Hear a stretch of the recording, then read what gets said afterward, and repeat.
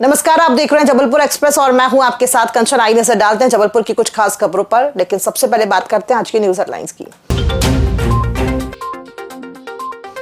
ब्राह्मण बेटियों पर टिप्पणी विवाद, समाज ने की एफआईआर व निलंबन की मांग।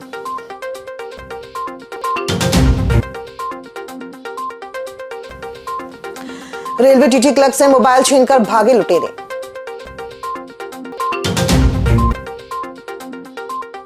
उन्नीस से 22 दिसंबर तक होगा 251 कुंडीय गायत्री महायज्ञ।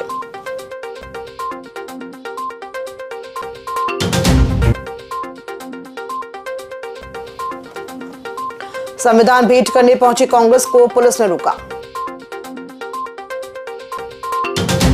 आइए बढ़ते हैं खबरों की ओर। समस्त ब्राह्मण समाज जबलपुर ने कलेक्टर को ज्ञापन देकर संतोष वर्मा आईएएस द्वारा ब्राह्मण बेटियों पर की गई अपमानजनक टिप्पणी के खिलाफ सख्त कार्रवाई की मांग की है। समाज ने तत्काल एफआईआर दर्ज कराने और संबंधित अधिकारी को निलंबित करने की गुहार लगाई है। ज्ञापन में कहा गया है कि यदि 3 दिनों के अंदर कार्रवाई नहीं हुई तो व्यापक आंदोलन और प्रदर्शन किया जाएगा। इसके साथ ही समाज ने संतोष वर्मा के पूर्व आचरण की जांच कर दंडात्मक कार्रवाई की भी मांग की है। आज जो ये आंदोलन देख रहे हैं, ये आक्रोश ही नहीं, हमारी समाज की रक्षा और व्यवस्था का एक अंग आपको देखने को मिल रहा है। ये हमारी मतलब परेशानियों का एक समन जो हमारा किया गया, उसका एक स्वरूप है। हम आज एकत्र हैं। बेटियों के लिए इस तरह का शब्दों का चयन किया जाना, ब्राह्मण समाज ने हम कहीं भी नहीं करते। बेटियां हमारे मस्तक का स्वरूप होती है, हम उनको ताज मानते हैं। और इस तरह का बयान कि बेटी से संबंध हो, इसके मायने क्या है आप परिभाषित कीजिए। आपने कहा है बेटी को दान दें और या उससे संबंध हो, मायने क्या? अब ब्राह्मण समाज इसको बर्दाश्त नहीं करेगा। और आज हम इसी शब्द को लेकर और इस धूर्त व्यक्ति के बयान को लेकर पूरी ब्रह्म शक्ति एकत्र। कौन किस पत्र? आईएएस रिटायर्ड आईएएस ऑफिसर संतोष वर्मा, जो कि अजाक्स के प्रांतीय अध्यक्ष है। क्या ऐसा व्यक्ति किसी संगठन का प्रांतीय अध्यक्ष हो सकता है जो समाज विशेष को लेकर इस तरह की वैमनस्यता फैलाए? जहां पर समरसता का प्रचार किया जा रहा है वहां इस तरह की और हमारी एक व्यवस्था है भारतवर्ष की, जो जिस वर्ण का है उस वर्ण में विवाह करे। आपको समस्या क्या है? आपको समस्या इस बात से नहीं है कि आप अजाक्स से, आपको समस्या इस बात से है कि ब्राह्मण इतना पूजित क्या है, वो है, वो रहेगा, आदिकाल से है और अनादिकाल तक रहेगा। इसको कोई नहीं बदल सकता। ब्राह्मण एकत्र हो चुका है। आईएएस वर्मा की गिरफ्तारी जरूरी है और निश्चित तौर पर गिरफ्तारी के साथ उसे सार्वजनिक रूप में आकर माफी मांग रहा हूँ। जो देशद्रोह का मामला उस पर लगाया जाए, ये हमारी मांग। जैसा कि आप देख रहे हैं, समस्त ब्राह्मण समाज और अनंत ब्राह्मण महासभा के द्वारा माननीय मुख्यमंत्री महोदय को एक ज्ञापन दिया गया है, जिसमें लिखा गया है कि संतोष वर्मा आईएएस के द्वारा टिप्पणी की गई है, उससे क्षुब्ध होकर ये ज्ञापन दिया गया है और कार्रवाई की मांग की गई है। इन सभी की भावनाओं को ये ज्ञापन जो है माननीय कलेक्टर महोदय के माध्यम से माननीय मुख्यमंत्री महोदय को भेजा जाएगा और इनकी भावनाओं से उन्हें अवगत कराया जाए। देशद्रोह की धारा बीएनएस 152 लगाने की मांग की जा रही है, किस तरह से? ये हमारा जो दायित्व है वो ज्ञापन, इनकी भावनाओं को और ज्ञापन को माननीय मुख्यमंत्री महोदय से अवगत कराने का है। बाकी डिसीजन उन्हीं को लेना है। सिविल लाइन क्षेत्र में मोबाइल स्नैचिंग की वारदात ने सुरक्षा व्यवस्था पर सवाल खड़े कर दिए हैं। माल गोदाम चौराहे से तहसील चौक मार्ग पर रात के समय रेलवे के टीटी क्लर्क से 3 बाइक सवार बदमाश मोबाइल छीनकर फरार हो गए। पीड़ित की शिकायत पर थाना सिविल लाइन में अपराध दर्ज किया गया है। एसपी अंजना तिवारी ने बताया कि घटना में मोबाइल छीना गया है और पुलिस टीम आरोपियों की पहचान कर उनकी तलाश में जुटी हुई है। इसमें 24 नवंबर को रात को एक घटना घटित हुई थी। मालगोदाम चौराहे से जब तहसील चौक जाते हैं, उस मार्ग पर रेलवे के एक अधिकारी हैं, वो जा रहे थे, टिकट क्लर्क हैं वो, और उनके साथ जब वो जा रहे थे तो 3 व्यक्ति मोटरसाइकिल से आए साइड से और उनके हाथ में जो मोबाइल था वो छीन के ले गए हैं। उसमें A+ उनका मोबाइल था और उसके आधार पर उनकी जो रिपोर्ट है उसके आधार पर थाना सिविल लाइंस में अपराध पंजीबद्ध हुआ है और आरोपियों की तलाश की जा रही है। जबलपुर के गायत्री शक्तिपीठ मनमोहन नगर में 19 से 22 दिसंबर 2025 तक 251 कुंडीय गायत्री महायज्ञ का आयोजन किया जा रहा है। इस महायज्ञ का उद्देश्य युवा शक्ति को संस्कार, शिक्षा, स्वावलंबन व राष्ट्र निर्माण की दिशा में प्रेरित करना है। कार्यक्रम में शांति कुंज हरिद्वार से पधारे विद्वान आचार्य यज्ञ संचालन करेंगे। आयोजन के दौरान आध्यात्मिक प्रवचन, यज्ञ, साधना, चिकित्सा शिविर और विभिन्न सामाजिक जागरूकता गतिविधियां भी आयोजित होंगी। 251 शक्ति संवर्धन गायत्री महायज्ञ गीता धाम के सामने जो प्रांगण है परशुराम गृह निर्माण समिति, उसमें किया जा रहा है। इसमें हरिद्वार से हमारे जो शांति कुंज हरिद्वार में हमारा मुख्यालय है, उसके वरिष्ठ आचार्य यहाँ आएंगे और वो 4 दिन अपना ये कार्यक्रम हमारा होगा। पहले दिन हमारा 19 तारीख को भव्य कलश यात्रा है, शोभा यात्रा के रूप में, जो हमने आपको बताया कि बादशाह हलवाई के मंदिर से प्रारंभ होकर यज्ञ स्थल गीता धाम के सामने प्रांगण में पहुंचेगी। दूसरे दिन हमारा 20 तारीख को देवाहन का कार्यक्रम है। इसमें देव संस्कृति विश्वविद्यालय के प्रतिकुलपति डॉक्टर चिन्मय पंड्या जी, जो युवा आइकॉन भी हैं, वो पधार रहे हैं। तो सुबह उनका मार्गदर्शन होगा और शाम को, जैसा कि आपने बताया मैंने, कि बच्चों के लिए, युवाओं के लिए और बुद्धिजीवियों के लिए एक विशिष्ट कार्यक्रम जो आयोजित किया गया है, हमने उसमें उनके उद्बोधन होगा। इसके पश्चात नगर के समस्त संतगणों को हमने आमंत्रित किया है। 30 तारीख को हमारा भूमि पूजन का कार्यक्रम है। मुख्य अतिथि के रूप में माननीय श्री राकेश सिंह जी, लोक निर्माण मंत्री मध्य प्रदेश शासन, सांसद हमारे श्री आशीष दुबे जी और नगर के प्रथम नागरिक हमारे महापौर जगत बहादुर सिंह जी अन्नू भैया उसमें उपस्थित रहेंगे और सभी विधायकगण एवं जनप्रतिनिधि, वरिष्ठ समाज सेवी आदि उसमें भूमि पूजन जो 30 नवंबर को सुबह 12 बजे संपन्न होगा, उसमें उपस्थित रहेंगे। भाजपा अध्यक्ष रत्नेश सोनकर को संविधान की प्रति भेंट करने पहुंचे कांग्रेस कार्यकर्ताओं को पुलिस ने रोक दिया। कांग्रेस नेताओं का कहना है कि वे गांधीवादी तरीके से संविधान सौंपना चाहते थे, लेकिन पुलिस ने भारी बंदोबस्त कर उन्हें अपराधी की तरह घेरा। नेताओं ने आरोप लगाया कि हाल ही में संविधान की किताब फाड़ने वालों पर कोई कार्रवाई नहीं हुई, जबकि शांतिपूर्वक किताब देने वालों को रोका जा रहा है। कांग्रेस ने इसे लोकतांत्रिक मूल्यों पर हमला बताया। महिला कार्यकर्ताओं ने कहा कि वे जेल जाने से नहीं डरती और संविधान के सम्मान के लिए संघर्ष जारी रखेंगी।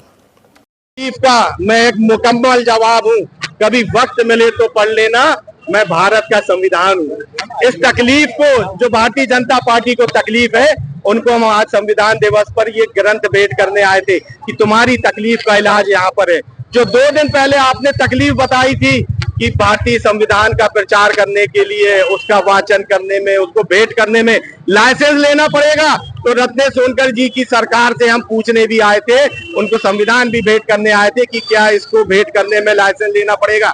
ये गुलाब का फूल हम उन दंगाइयों के लिए लाए थे जिन दंगाइयों ने कल हमला किया था, जब हमारे साथी समानता समाजवाद की बात को लेकर अपना शांतिपूर्ण ज्ञापन देने आए थे।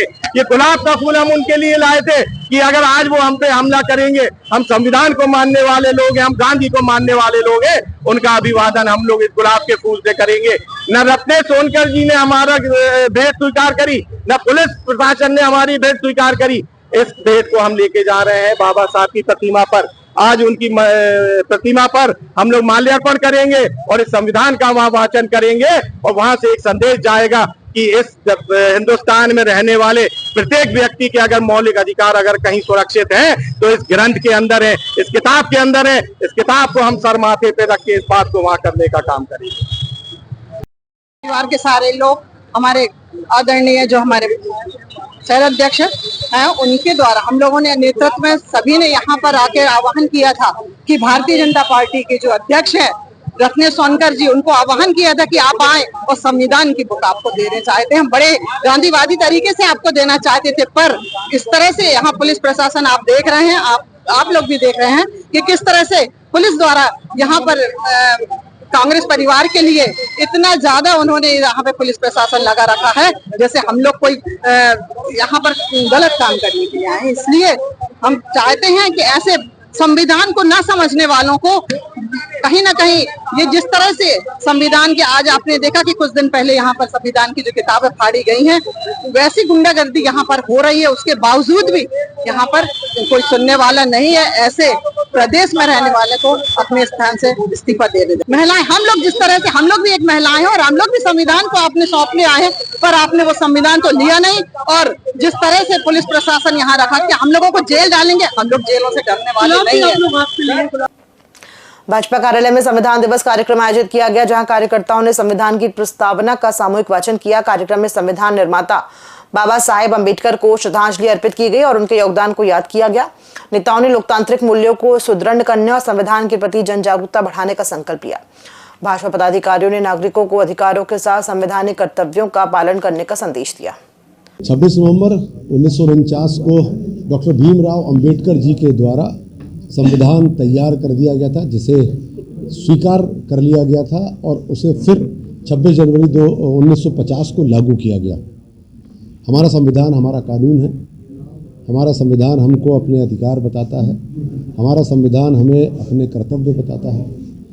यह मात्र एक किताब नहीं है, यह हमारे लिए एक ग्रंथ है जिस पे आधारित हमारे देश का, इस विश्व का सबसे बड़ा लोकतंत्र चलता है। हम लोग डॉक्टर भीमराव अंबेडकर जी को बहुत बहुत प्रणाम और बहुत बहुत नमन करते हैं। साथ ही इस बात को भी हमारे देवतुल्य नागरिकों को विश्वास दिलाते हैं कि भारतीय जनता पार्टी के लोग अपना पूरा जीवन संविधान के आधार पर ही उसे अपना एक बड़े आध्यात्मिक जो ग्रंथ है उसके समकक्ष मानते हुए उसका पालन करते हैं और अपमान करने वालों की खिलाफत भी करते हैं और संविधान पे आधारित हमारा इतना बड़ा पूरी दुनिया का सबसे बड़ा लोकतंत्र चलता रहे, इसकी शपथ भी लेते हैं। आज पार्टी कार्यालय में माननीय अध्यक्ष जी के अध्यक्षता में हम लोगों ने प्रस्तावना भी पढ़ी, डॉक्टर भीमराव अंबेडकर जी को याद किया और यह जो संविधान है, जो हमारे देश का कानून है, इस पर चलते रहने की हम सब ने आपस में तय भी किया और इसके मार्गदर्शन के हिसाब से ही अपना जीवन व्यतीत करने की हम लोगों ने संकल्प भी लिया। आज 26 नवंबर 1949 को डॉक्टर भीमराव अंबेडकर जी जिनका नाम ही लेते हैं तो मन ऐसी महान महामना को मन अभिभूत हो जाता है, जिन्होंने इस देश को संविधान दिया है, जिन्होंने इस देश की संविधान की रचना की। डॉक्टर भीमराव अंबेडकर ये वो व्यक्तित्व थे जिन्होंने देश के अंदर रहने वाले प्रत्येक नागरिक के समानता और सद्भावना की बात रखी इस संविधान के माध्यम से। इस संविधान के अंदर वह सब बातें पाई जाती हैं जो इस देश में रहने वाले प्रत्येक नागरिक पूरे सम्मान और अपनी आत्मा के साथ इस संविधान को मानने के लिए तत्पर रहता है। हमारा संविधान ये एक मात्र पुस्तक नहीं, हमारी आत्मा की आवाज़ है।